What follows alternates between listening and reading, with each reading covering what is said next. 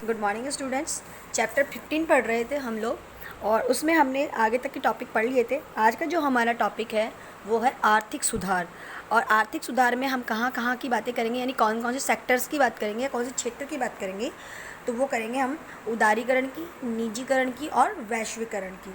तो सबसे पहले मैं आपको ये कहना चाहूँगी कि आप वीडियो को लाइक करें, शेयर करें, कमेंट्स करें। आप कमेंट जरूर करें क्योंकि आप लोग कमेंट नहीं कर रहे हैं। मैं आपको वीडियो में देख रही हूँ। आपको कोई भी प्रॉब्लम है या कोई भी क्वेश्चंस आपको पूछने हैं वो मुझे आप कमेंट्स में कह सकते हैं, ठीक है। और लाइक ज़रूर करें। क्या आपको वीडियो पसंद नहीं आता है तो आप लाइक नहीं करते? लाइक का एक बटन दबाने में कहाँ जोर आता है आप लोगों को, ठीक है। तो चलिए आगे हम पढ़ते हैं आर्थिक सुधार। आर्थिक सुधार में स्वतंत्रता के बाद भारत ने निश्चित अर्थव्यवस्था के ढांचे तथा नियोजित विकास की नीति को अपनाया था। सार्वजनिक क्षेत्र को प्रभावशाली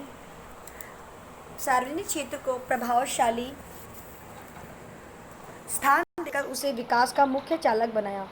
निजी क्षेत्र को नियंत्रणों के अधीन रखा गया। 1950 से 1990 के दौरान अर्थव्यवस्था के संचालन एवं प्रबंध हेतु इतने अधिक नियम बनाए गए कि विकास प्रक्रिया लगभग अवरुद्ध सी हो गई, यानी रुक सी गई। इतने नियम बना दिए विकास के लिए और उनके लिए कि जो सिस्टम था पूरा वो एक तरह से क्या हो गया, हॉच पॉच हो गया और बहुत ज़्यादा एक दूसरे के बीच में क्या हो गया, हमें इंट्रैक्शंस होने लग गए।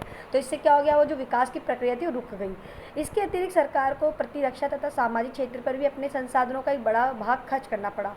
अनेक बार तो अंतर्राष्ट्रीय संस्थाओं तथा अन्य देशों से उधार ली गई विदेशी मुद्रा को सरकार द्वारा अविवेकशील ढंग से उपयोग कार्यों पर खर्च कर दिया गया। सरकार के व्यय उसकी प्राप्तियों से लगातार ऊंचे बने रहे। उन व्ययों की पूर्ति हेतु सरकार बढ़ती मात्रा में ऋण लेती जा रही थी। इन खर्चों को नियंत्रण करने हेतु कोई सार्थक प्रयास नहीं किया गया। सरकारी नीतियों में राजकोषीय अनुशासन का अभाव स्पष्ट रूप से दिखाई देने लगा। अब राजकोषीय क्या होता है? तो राजकोषीय क्या, देखो मैंने राजकोषीय का यहाँ पर एक छोटा सा ब्लॉक भी दे रखा है आपको। इस पर आपको देखना है कि राजकोषीय जो अनुशासन होता है सरकार की उन नीतियों तथा प्रयासों से है जो सरकारी घाटे तथा सरकारी ऋणों के भार को कम करने हेतु अपनाए जाते हैं। ये क्या होता है कि सरकार के पास में क्या होता है, एक अपना खुद का एक कोष होता है। जैसे कई बार कहते हैं ना कि मुख्यमंत्री कोटा हो गया, प्रधानमंत्री कोटा हो गया, राष्ट्रपति कोटा हो गया। ऐसे ही हमारे पास में क्या होता है, एक राजकोषीय कोटा होता है और उस राजकोषीय कोटे से हम लोग क्या कर सकते हैं, ऋण वगैरह को क्या कर सकते हैं, भार को कम कर सकते हैं। आया समझ में? तो चलिए, तो ये तो आपको मैंने ये जो ब्लॉक है ये बहुत इंपॉर्टेंट है, थोड़ा इस पर ध्यान दीजिएगा। राजकोषीय अनुशासनहीनता के साथ साथ भारतीय अर्थव्यवस्था बढ़ते व्यापार घाटे की ओर भी शिकार थी। 1990 से पहले बढ़ते आयातों का मतलब क्या होता है, आ से मतलब आना, यानी हम विदेशों से क्या कर रहे हैं, माल को मंगवा रहे हैं। तो आयातों को सीमित करने तथा निर्यातों संवर्धन पर भी पर्याप्त ध्यान नहीं दिया गया। क्योंकि कमी यह रही कि जब हम कोई चीज़ को आयात करते हैं तो हमको अपनी मुद्रा देनी पड़ती है और जब हम निर्यात करते हैं तो हमको विदेशी मुद्रा प्राप्त होती है। तो इन पे तो कोई ध्यान नहीं दिया गया। व्यापार से इनसे कोई संबंध नहीं रखा गया। तो सबसे पहले हम इनमें बात करेंगे कि इन राजकोषीय अनुशासन में सबसे पहले किस चीज़ का नुकसान हुआ। तो इसमें नुकसान हुआ हमको व्यापार घाटे का। एक देश के आयातों का उस देश के निर्यातों पर आधिक्य उसका आर्थिक माप ही होता है। यह माप बताता है कि देश के आयातों का मूल्य उस देश के निर्यातों के मूल्य से कितना अधिक है। मैंने अभी भी जस्ट आपको बताया है हम कितनी चीज़ें बाहर से मंगवा रहे हैं और कितनी चीज़ हमारे यहाँ से या कितनी वस्तुएं हम हमारे यहाँ से निर्यात यानी निकाल रहे हैं, निर्यात कर रहे हैं। तो यही कहना चाह रहा है कि देश के आयातों का मूल्य उस देश के निर्यातों के मूल्य से कितना अधिक है, इसका हम क्या करते हैं, माप करते हैं। क्योंकि इन दोनों के डिफरेंस को जब नापते हैं तो इससे हम कैसे निकालते हैं कि आयात का पैसा और निर्यात का पैसा माइनस करते हैं। जो डिफरेंस आता है तो उससे पता लग जाता है कि हमको आयात ज़्यादा करना पड़ रहा है या हमको निर्यात ज़्यादा करना पड़ रहा है। आगे और इन सब के बीच में हमको ये भी पता चल जाता है अगर आयात ज़्यादा कर रहे हैं तो हमें घाटा हो रहा है और निर्यात कर रहे हैं तो हमें क्या हो रहा है, बेनिफिट हो रहा है, यानी कि हमें लाभ हो रहा है। ठीक है। यह एक देश के वस्तु व्यापार में घाटे का माप है। बता दिया है मैंने आपको अच्छी तरह से ये बात कि निर्यात अगर ज़्यादा कर रहे हैं तो हमें लाभ होगा, आयात ज़्यादा कर रहे हैं यानी कोई चीज़ मंगवा रहे हैं तो ऑब्वियस सी बात है हमारा मुद्रा जा रही है ना वहाँ पे, तो यह हमारे एक तरह से व्यापार घाटे का सौदा है। 1950 से 90 की आर्थिक नीतियों के उद्योगों को अनावश्यक संरक्षण प्रदान किया गया, फर्मों एवं अर्थव्यवस्थाओं के अन्य निकायों का अकुशल प्रबंध किया गया, संसाधनों के उपयोग में कार्यकुशलता का अभाव था।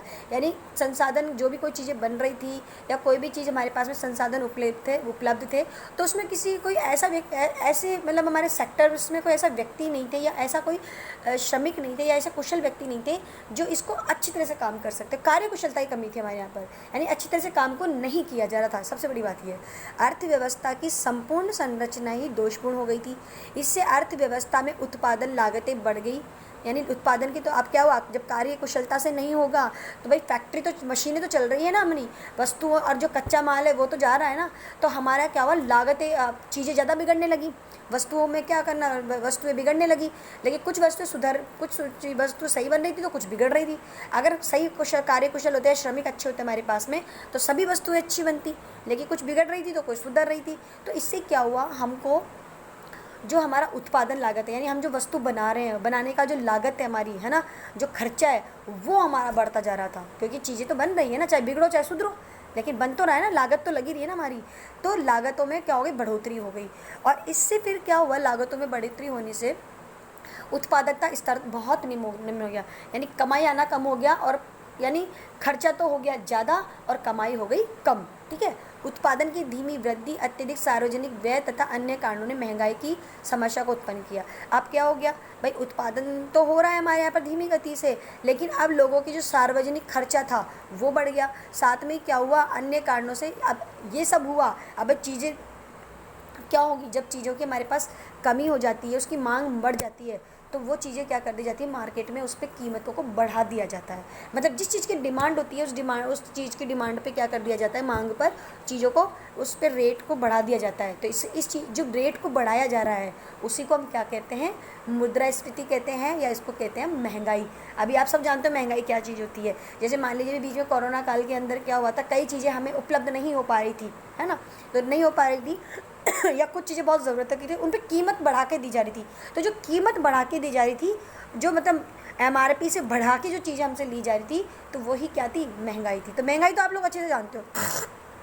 तो वस्तुओं की तेज़ी से बढ़ती कीमतों ने संपूर्ण अर्थव्यवस्था को झकझोर रख दिया।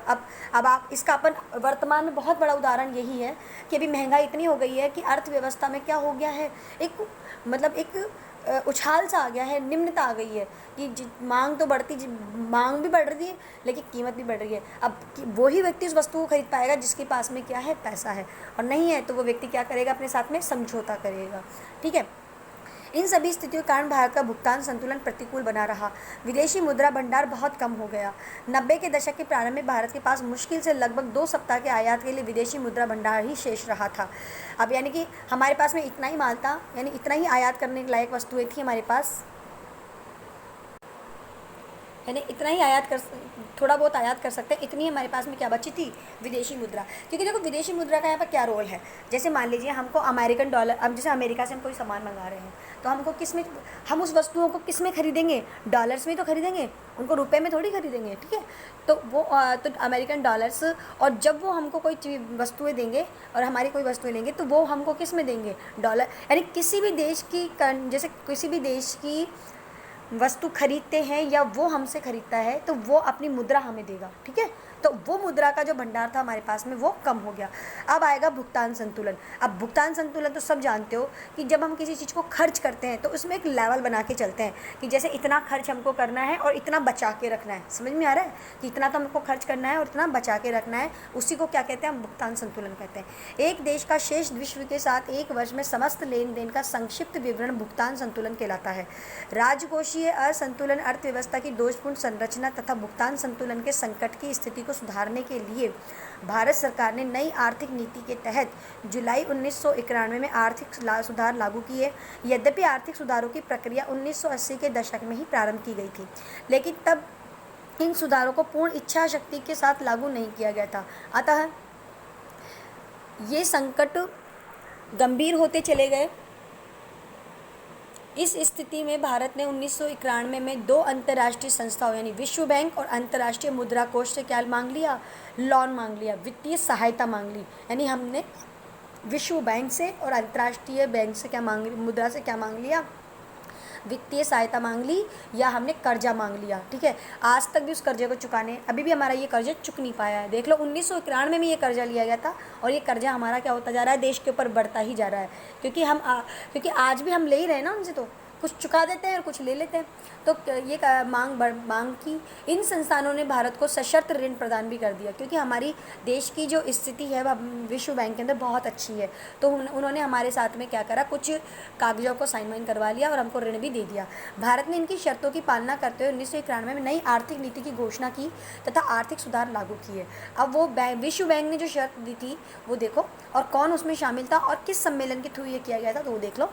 विश्व बैंक वर्ष 1944 में ब्रेटन वुड्स सम्मेलन के समझौते के द्वारा अंतर्राष्ट्रीय पुनर्निर्माण और विश्व बैंक की स्थापना की गई थी और इसे सामान्यतः विश्व बैंक के नाम से जाना जाता है।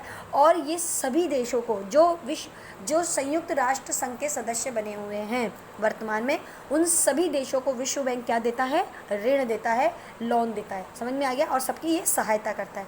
ये विश्व बैंक के बारे में थी। और 1944 में इसको क्या किया गया था, इसका वो किया गया था, स्थापना की गई थी। ठीक है, और ये विश्व बैंक कहाँ पर है, संयुक्त यानी UNO, संयुक्त राष्ट्र संघ का एक निकाय संस्था है।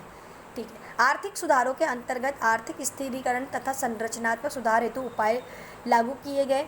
आर्थिक स्थिरीकरण के उपाय अल्पकालीन प्रकृति के थे। इनके अंतर्गत भुगतान संतुलन के संकट तथा मुद्रास्फीति की समस्या को नियंत्रित करने के उपाय शामिल थे।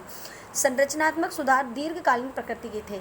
उनका उद्देश्य अर्थव्यवस्था की संरचना में सुधार तथा अर्थव्यवस्था की कुशलता में वृद्धि करना था। इन सुधारों के अंतर्गत सरकार ने अपनी नीतियों को पुनः परिभाषित किया तथा कई नई नीतियां प्रारंभ की। आर्थिक सुधारों को उदारीकरण, निजीकरण तथा वैश्वीकरण की प्रक्रिया के द्वारा लागू किया। तो उदारीकरण क्या होता है, निजीकरण क्या होता है और वैश्वीकरण क्या होता है, इस तीनों के बारे में आप थोड़ा डिटेल से और थोड़ा ध्यान से पढ़ना, क्योंकि ये बहुत ही अच्छी चीज़ है और इसको समझ में तभी आएगा जब इस पर आप अच्छी तरह से फोकस करेंगे। तो अर्थव्यवस्था में उदारीकरण का, उदार का मतलब होता है जिसका दिल सॉफ्ट हो, है ना। देखो यहाँ पे इसको लाइन सेट की बात करूँगी मैं। उदार का मतलब होता है जहाँ पे सॉफ्टनेस दिखाते हैं मन, यानी दिल से जिसमें दया हो, भाव हो। तो जो हम ये भाव अपनाते हैं किसी कंपनी के थ्रू या किसी देश के प्रति, तो उसको कहा जाता है उदारीकरण। ठीक है, तो उदारीकरण का आशय है आर्थिक नीतियों, नियमों तथा कानूनों के सरलीकरण की प्रक्रिया। यानी हम जो भी नीतियाँ बनाएंगे, जो भी नियम बनाएंगे, जो भी कानून बनाएंगे, वो सरल तरीके से बनाएंगे ताकि कोई भी कंपनी, फैक्ट्री या कोई भी व्यापार में हमको क्या ना हो, नुकसान ना हो। तो ये क्या, कौन सी प्रक्रिया कहलाएगी, ये उदारीकरण की प्रक्रिया कहलाएगी। तो समझ में आ गया। ठीक है, इसमें थोड़ा लचीलापन भी होता है। मान लीजिए कोई ऐसा नियम है और सामने वाले कोई व्यापार करने वाला व्यक्ति है, वो बोल रहा है नहीं मैं इसको इस नियम को नहीं मानूंगा, तो उसको लचीला कर दिया, यानी उसको थोड़ा सा उसमें बदलाव कर दिया जाएगा उस नियम में। ठीक है, तो इसी जो ये प्रक्रिया है, जो उसको बदलने की प्रक्रिया, उसी को हम क्या कह रहे हैं, उदारीकरण कह रहे हैं। ठीक है, 1990 ईस्वी से पूर्ण अपनाई गई विकास रणनीति में सरकार की भूमिका अर्थव्यवस्था के नियंत्रण तथा उत्पादक की थी। इस भूमिका का निर्वहन करने हेतु अनेक नियंत्रण तथा प्रतिबंध लगाए गए। सरकार द्वारा 1991 में नई आर्थिक नीति के अंतर्गत अर्थव्यवस्था में अवांछित नियंत्रणों तथा प्रतिबंधों को समाप्त कर दिया गया। आ गई बात, यानी जो बातें कोई मतलब की नहीं थी, जिनका कोई सेंस नहीं था, या जो नियंत्रण बेकाबे मतलब के थे, जो प्रतिबंध यानी जो भी कोई कंट्रोल थे, उन सबको क्या कर दिया गया, हटा दिया गया अर्थव्यवस्था से। आय लागू किए गए और आय को उस पर क्या कर दिया गया, समाप्त करने के लिए जो आय लागू की गई उन्हें उदारीकरण किया गया। मैंने ही बताया था कि जो बदलाव कर दिया जाता है उसको क्या कहा जाता है, उदारीकरण। इसके अंतर्गत जुलाई 1991 में नई औद्योगिक नीति घोषित की गई। नई यानी औद्योगिक मतलब इंडस्ट्रीज़ के कुछ और नियम बनाए गए, तो उसको क्या कहते हैं, औद्योगिक नीति कहते हैं। और ये कब बनाई गई, 1991 में बनाई गई। तथा अर्थव्यवस्था के विभिन्न क्षेत्रों में व्यापक सुधार की प्रक्रिया प्रारंभ की गई। इसमें वित्तीय क्षेत्र, बाहरी क्षेत्र, विदेशी विनिमय, कर व्यवस्था आदि में व्यापक सुधार करते हुए अनेक आवश्यक नियमों तथा नियंत्रणों को समाप्त कर दिया गया। उदारीकरण की प्रक्रिया के फलस्वरूप भारतीय अर्थव्यवस्था समाजवादी मिश्रित अर्थव्यवस्था से पूंजीवादी मिश्रित अर्थव्यवस्था में परिवर्तित होने लगी। यानी अब समाजवादी मिश्रित अर्थव्यवस्था का मतलब होता है जिसमें सबका सबका क्या होता है, रोल होता है। अब क्या हो गया, पूंजीवादी लोगों के पूंजीवादी मतलब जिनके पास पैसा है उनके अंडर में आ गई ये चीज़ें, यानी वो लोग इसमें अर्थव्यवस्था में शामिल हो गए और पूंजी से मतलब कमाने के पर्पज़ से उन्होंने इसको अपनी ओर शामिल कर लिया या अपनी ओर मिला लिया इसको। ठीक है, इससे सरकारी हस्तक्षेप में कमी आई। अब इसे सरकारी हस्तक्षेप नहीं कि गवर्नमेंट का कोई रोल नहीं रहा। ठीक है, तुम जो भी कमा रहे हो तुम्हारे पास रख सकते हो, पहले सरकार को या समाज को देना पड़ता है। यानी सामाजिक मिश्रित अर्थव्यवस्था में क्या था, पहले सरकार को देना पड़ता था। अब पूंजीवादी अर्थव्यवस्था में क्या आ गया, जितना तुम कमाओगे जो तुम्हें लाभ होगा वो तुम्हारी ही पॉकेट में जाएगा। ठीक है, तो यहाँ पर सबसे पहले क्या हुआ कि सरकारी हस्तक्षेप इसमें से खत्म हो गया। भारतीय अर्थव्यवस्था मुक्त बाजार या पूंजीवादी अर्थव्यवस्था के रूप की ओर उन्मुख हुई। उदारीकरण से अर्थव्यवस्था की संरचनात्मक दृढ़ताएं समाप्त हो गई। अतः कहा जा सकता है कि आर्थिक क्षेत्रों तथा नीतियों में सरकारी बाधाओं को समाप्त करके अर्थव्यवस्था में उत्पादन तथा व्यापार की क्रियाओं को सरल बनाने की प्रक्रिया को ही उदारीकरण कहा जाता है। अब आपको ये उदारीकरण समझ में आ गया होगा कि जहाँ पर सरकारी नियम कायदों को बिल्कुल ख़त्म कर दिया गया, सरकार का कोई रोल नहीं रहा और सब अपने अपने क्षेत्र में खुद के लेवल पे काम करने लग गए और ऐसी अर्थव्यवस्था को पूंजीवादी अर्थव्यवस्था भी कहा गया। और ये जो परिवर्तन किए गए उसी को हमने क्या कहा, उदारवादी प्रक्रिया कहा। ठीक है, जिसे भारत में उदारीकरण कहा गया। वस्तुतः वह अर्थव्यवस्था में पश्चिमी अनुप्रयोगों को बिना सोचे समझे लागू करना। भारत की मिश्रित अर्थव्यवस्था में पूंजीवादी झुकाव करने का कारण एक ऐसे दोराहे पर आकर खड़ा हो गया था जहाँ से स्वदेशी की मौलिक अर्थ संस्कृति की ओर लौटना असंभव था, क्योंकि विदेशी माल ज़्यादा बिक रहा था हमारे यहाँ पर। विदेशी माल क्योंकि उस वक्त हमारे पास में बाहर की कंपनियां, क्योंकि अंग्रेज़ों ने हमारे यहाँ पर शासन किया था तो उन्होंने विदेशी कंपनियों को हमारे यहाँ पर क्या कर दिया था स्थापित कर दिया था। तो अब यहाँ पर स्वदेशी जो माल था हमारा या स्वदेशी जो वस्तुएं बन रही थी हमारे, या हस्तकलाओं की जो वस्तुएं बन रही थी हमारे, कुटीर उद्योग थे, वो सब हमारे समाप्त हो चुके थे। अब दोबारा से स्वदेशी चीज़ों को बनाना और उसको मार्केट में वापस ला करके बेचना है, यह बहुत असंभव था। लेकिन भारत ने ये सोचा कि जब तक हम स्वदेशी वस्तुएं नहीं बेचेंगे, क्योंकि 100% लाभ कब होगा, 100% लाभ जब ही होगा जब हमारे देश की सीमाओं में यानी घरेलू सीमाओं में बनी हुई वस्तुओं को ही हम बेचेंगे, तो उसकी लागत वगैरह भी कम रहेगी और उसका जो प्रॉफिट होगा वो ज़्यादा से ज़्यादा हमें प्राप्त होगा। तो ये करना बहुत ज़रूरी था, यानी स्वदेशी माल बेचना बहुत ज़रूरी था, क्योंकि विदेशी कंपनियां तो प्रॉफिट ले रही थी ना, मतलब कुछ परसेंटेज हमसे ले रही थी। ठीक है, और कुछ परसेंटेज हम रख रहे थे हम लोग। तो विदेशी से स्वदेशी में वापस आना ये बहुत एक असंभव सा लग रहा था, लेकिन इसके लिए कोशिशें की गई। ठीक है, इसीलिए तो आपने सुना हो, तो आपने गांधी जी ने कहा था कि स्वदेशी अपनाओ, विदेशी वस्त्रों की उन्होंने होली भी जलाई थी, तुम्हें मालूम हो तो, जब उन्होंने भारत छोड़ो आंदोलन चलाया था, उन्होंने इसीलिए चलाया था क्योंकि स्वदेशी वस्तुएं खरीदोगे तो देश का पैसा देश में ही रहेगा। अभी नरेंद्र मोदी जी ने भी चला रखा कि स्वदेशी चीज़ों पर आपको क्या करना है, अपना पैसा खर्च करना है, स्वदेशी वस्तुएं खरीदनी है, देश की सीमाओं में जो बनी है वो खरीदनी है। ये सब अभी भी चल रहा है, स्वदेशी अपनाओ। ठीक है, तो इसीलिए है क्योंकि देश का पैसा देश में ही रहेगा, देश का रुपया देश में ही रहेगा। ठीक है, तो इस स्थिति का फ़ायदा उठाकर पूंजीवादी देशों ने उठाया और भारत विश्व मंच पर आर्थिक उदारवाद के नाम पर एक नई प्रयोगशाला के रूप में उभर कर सामने आया। हमारी विशाल जनसंख्या और उसमें भी सक्षम मध्यम वर्ग पूंजीवादी देशों के निशाने पे आ गए। जिस सरकार ने वैश्वीकरण के नाम पर देश को बाजार का रूप दे दिया था, उसके पीछे आने वाली सरकारों के लिए नए रास्ते पर चलना असंभव हो गया था। ठीक है, ये मैंने बता दिया कि सरकारियों के लिए तो यही हो गया था कि अब जो बाज़ार खुल चुका था विश्व के लिए नाम से, अब उसको सरकार के लिए नए रास्ते पर चलाने के लिए क्या करना ज़रूरी हो गया था हमको, कि स्वदेशी को हमको करना ही पड़ेगा। चलिए अब आता है निजीकरण का मतलब होता है पर्सनलाइजेशन, यानी कुछ फैक्ट्रियाँ ऐसी होती हैं जो खुद की निजी होती है, पर्सनल होती है। यानी मान लीजिए मैंने कोई प्रोडक्ट बनाया, जैसे मान लीजिए मैंने कोई पेन बनाया, अब पेन मेरी 5 रुपये का लागत का है और मैंने MRP डाल दी उसकी 7 रुपये की, है ना। तो मैंने अपने ही नियम कायदे, जो भी मैंने अपनी कंपनी में नियम कायदे लागतें वगैरह जो भी है मैंने अपने खुद का पर्सनल कर लिया।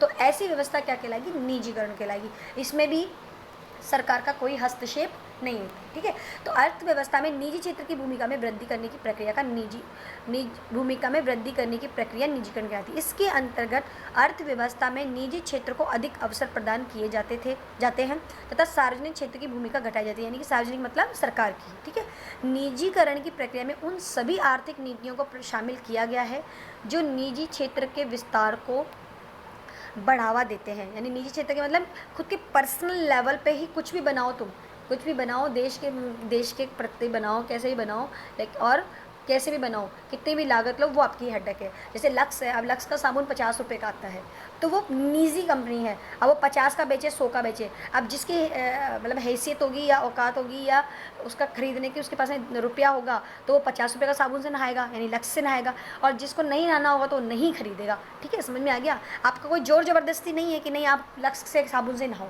ऐसा कुछ भी नहीं है। ठीक है, तो निजीकरण क्षेत्र के विस्तार को बढ़ावा देते हैं। परंपरागत तौर पे निजीकरण का तात्पर्य है कि सार्वजनिक या राज्य संपत्ति को निजी स्वामित्व या नियंत्रण में देने की प्रक्रिया से लिया गया। मैंने बता दी इस बात को, खुद की पर्सनल फैक्ट्रीज वगैरह को ओपन करना इन सबसे संबंधित है। स्वतंत्रता के पश्चात 1990 तक अपनाई गई औद्योगिक नीतियों में अनेक उद्योगों को सिर्फ सार्वजनिक क्षेत्र के लिए आरक्षित कर दिया गया था तथा अनेक उद्योगों की स्थापना हेतु लाइसेंस की अनिवार्यता कर दी गई थी। यानी ये कह दिया गया था कि तुम जो भी कोई फैक्ट्री खोलोगे, कुछ भी करोगे, उसका परसेंटेज आपको सरकार को देना पड़ेगा। पहले तो ये था, लेकिन अब ऐसा नहीं था। लाइसेंस भी बनवाना पड़ता था। आप जानते हो जिनके पास व्यापार वगैरह था उनको लाइसेंस बनवाना पड़ता है, तो लाइसेंस बनाना कंपलसरी था इसके अंदर। तो इन नीतिगत निर्णयों ने निजी क्षेत्र के विकास को सीमित कर दिया। फलस्वरूप सार्वजनिक क्षेत्र का अनावश्यक विस्तार हो गया तथा इस क्षेत्र में उत्पादकता बहुत कम हो गई। सार्वजनिक क्षेत्र के, क्योंकि इस पे क्या कर दिया सरकार ने, ये कह दिया कि आपको सबसे पहले लाइसेंस बनवाना पड़ेगा, आपको सबसे पहले जो भी आप कुछ बना रहे हो, कर रहे हो, उसके बारे में हमको डिटेल्स देनी पड़ेगी कि भाई आप क्या बनाओगे, किस तरह का प्रोडक्ट बनाओगे और क्या इसका मतलब आप जो प्रोडक्ट बनाओगे कोई नुकसान तो नहीं है, इसके बारे में सब कुछ बताना पड़ेगा। तो इससे क्या हुआ कि जो निजी क्षेत्र था उसमें वृद्धि नहीं हो पाई, निजी क्षेत्र में कमी, मतलब इतना तरक्की नहीं कर पाया। ठीक है, तथा इस क्षेत्र में उत्पादकता भी कम हो पाई। सार्वजनिक क्षेत्र के अनेक उद्यम सरकार पर बोझ बन गए। 1991 की औद्योगिक नीति में औद्योगिक लाइसेंसिंग की लगभग समाप्ति तथा सार्वजनिक क्षेत्र के आरक्षण प्राप्त उद्योगों की संख्या में भारी कमी ने निजी क्षेत्र के लिए विकास के नए रास्ते खोल दिए। निजीकरण के द्वारा 1991 में अर्थव्यवस्था के उन क्षेत्रों को भी खोल दिया गया जो अब तक निजी क्षेत्र के लिए वर्जित थे। ठीक है, तो यहाँ तक आपको समझ में आ गया होगा कि निजीकरण के अंतर्गत सरकारी क्षेत्र में विनिवेश भी किया गया है। यानी विनिवेश का मतलब होता है उसमें पैसा लगाना। यह भी निजीकरण का एक उपाय है। शुद्ध रूप में विनिवेश संपदाओं के तरलीकरण की क्रिया है। तरलीकरण का मतलब होता है कि रुपया जो कैश में हम जो पैसा लगाते हैं उसको तरलीकरण कहा जाता है, लेकिन सामान्य तौर पर इसका अर्थ राज्य द्वारा सार्वजनिक उद्यमों से अपना अंश निजी क्षेत्र को बेच देने से है। सरकार या राज्य सार्वजनिक उद्यम में अपने हिस्से का एक भाग या संपूर्ण हिस्से को निजी क्षेत्र को बेच सकता है। कितना हिस्सा बेचा जाए ये सरकार के नीति निर्णयों पर निर्भर करता है। भारत में भी निजीकरण हेतु 1991-92 में विनिवेश कार्यक्रम प्रारंभ किया गया। निजीकरण से सरकार को राज्य कोषीय अनुशासन स्थापित करने में सहायता मिली। इससे अर्थव्यवस्था में क्या आ गया, प्रतिस्पर्धात्मक शक्ति में सुधार हुआ। यानी अब एक कंपटीशन हो गया। अब सरकारी कंपनियों में और एक निजीकरण की कंपनियों में कंपटीशन आ गया और निजीकरण की अदर कंपनियों में भी कंपटीशन। अब आप देखते हो, अब पहले हमारे भारत में एक ही साबुन बिका, जैसे मैं साबुन का उदाहरण दे रही हूँ, पहले भारत में एक ही साबुन मिलता था। अब आप जाओगे तो साबुन के नाम पर बहुत सारी कंपनियां हैं, बहुत सारे ऐड आते हैं, लक्स ले लो, लाइक बॉय ले लो और पता नहीं कई तरह के साबुन है, पियर्स है, ये है। तो ये क्या है, ये सब कंपटीशन के लिए हैं और अपने अपने प्रोडक्ट के क्या बताते, खूबियाँ बताते, ये इसलिए लगाओ, ये ऐसे हो जाएगा। तो एक इस अर्थव्यवस्था में जब से निजीकरण आया है और जब से मतलब उदारीकरण आया है तो भारत के मार्केट में कंपटीशन ज़बरदस्त हो गया। और सिर्फ इन चीज़ों में नहीं हुआ है, भारत की हर प्रोडक्ट में कंपटीशन है। चाहे किसी भी चीज़ का ले लो आप, चाहे तेल में ले लो, साबुन में ले लो, खाने की चीज़ों में ले लो, पहनने की चीज़ों में ले लो, हर चीज़ में एक कंपटीशन है। समझ में आ गया? तो ये इससे एक फ़ायदा भी हुआ है कंपटीशन से। कंपटीशन से क्या होता है कि लोगों में एक मतलब है ना, बिज़नेस करने की जो शक्ति होती है वो बढ़ती है, एक कार्य कुशलता बढ़ती है। अब जो अब ये भी आप जानते हो कि जब एक कंपनी अच्छा माल प्रस्तुत करना चाहेगी तो अपने कार्य जो उसके जो श्रमिक होंगे या उसके जो मतलब काम करने वाले व्यक्ति होंगे, चाहे मैनेजर हो चाहे कोई भी हो, वो सब कैसे होंगे, पढ़े लिखे होंगे, समझदार होंगे, एक्टिव रहेंगे, क्योंकि जो जितना एक्टिव रहेगा उसका व्यापार उतना ही बढ़िया चलेगा और उसकी कंपनी उतनी ही बढ़िया चलेगी। तो इस प्रकार यहाँ तक मैंने आपको पढ़ा दिया है उदारीकरण का है, जो मैं आपको कल पढ़ाऊँगी, क्योंकि हमारा टॉपिक बहुत बड़ा, मतलब हमारा वीडियो बहुत बड़ा हो जाएगा। ठीक है बच्चों, तो इसको अच्छी तरह समझना। कोई टॉपिक आपको अच्छी तरह समझ में नहीं आए तो आप मुझे कमेंट दे दीजिएगा, कमेंट्स में मैं पढ़ लूँगी और आपको उसका रिप्लाई कर दूँगी। थैंक यू बच्चों।